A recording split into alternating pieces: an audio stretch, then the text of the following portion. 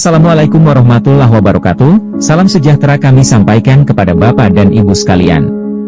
Semoga Bapak Ibu dimanapun berada, selalu dalam keadaan sehat walafiat, amin ya robbal alamin.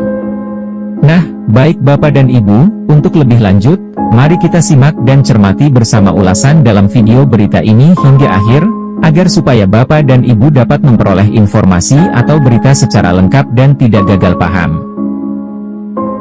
Melansir dari melintas.id, nasib honorer TMS R2, R3, dan non-database dibahas BKN. Ini 20 fakta penting dan tanggapan pemerintah.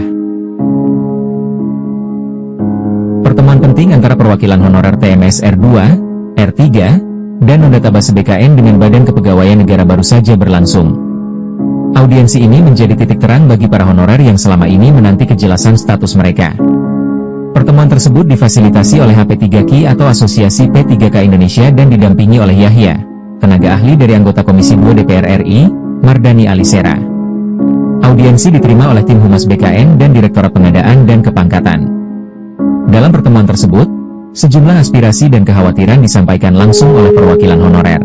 Honorer R2 dan R3 meminta kepastian untuk bisa mengisi DRH sebagai syarat pengangkatan menjadi P3K penuh atau paruh waktu. Selain itu, honorer penjaga pintu air berstatus TMS juga menyampaikan kekhawatiran mereka. Mereka takut tidak dapat mengikuti rekrutmen P3K karena status belum jelas. Honorer non-database BKN yang telah mengikuti seleksi P3K tahap 2 juga mempertanyakan nasib mereka. Mereka berharap tetap diakomodasi menjadi P3K paruh waktu. Menanggapi hal tersebut, pihak BKN menjelaskan bahwa saat ini pemerintah masih memprioritaskan honorer yang sudah masuk database resmi BKN. Pengisian DRH, menurut BKN, masih menunggu terbitnya juknis dan mekanisme teknis yang kini masih dalam proses pembahasan lintas kementerian. BKN menegaskan bahwa pengisian DRH hanya dapat dilakukan setelah adanya usulan resmi dari PPK di daerah, seperti Bupati, Gubernur, Wali Kota, atau Menteri. Dasar hukum mekanisme tersebut mengacu pada keputusan Menpan RB nomor 16 tahun 2028, terutama diktum 28 dan 29. Formasi P3K paruh waktu harus diusulkan terlebih dahulu agar bisa ditindaklanjuti oleh BKN. Tanpa usulan tersebut, proses tidak dapat berjalan. Untuk honorer TMS, diperlukan adanya pemindahan data dari provinsi atau kementerian terkait, misalnya Kementerian PU. Jika daerah atau kementerian ini mengangkat mereka menjadi P3K, harus melalui usulan formasi paruh waktu.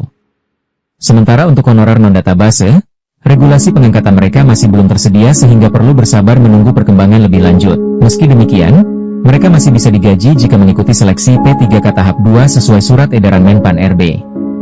Pemerintah memastikan bahwa setelah seleksi P3K tahap 2 selesai, tidak ada lagi status tenaga honorer dalam sistem kepegawaian. Penggajian tenaga honorer pun akan dihentikan, mengikuti aturan penghapusan honorer nasional. Semua masukan yang disampaikan dalam audiensi ini akan disampaikan kepada Kepala BKN, Profesor Dr. Bima Haryawibisana. BKN juga menyusun langkah-langkah lanjutan berdasarkan masukan yang diterima dalam pertemuan tersebut.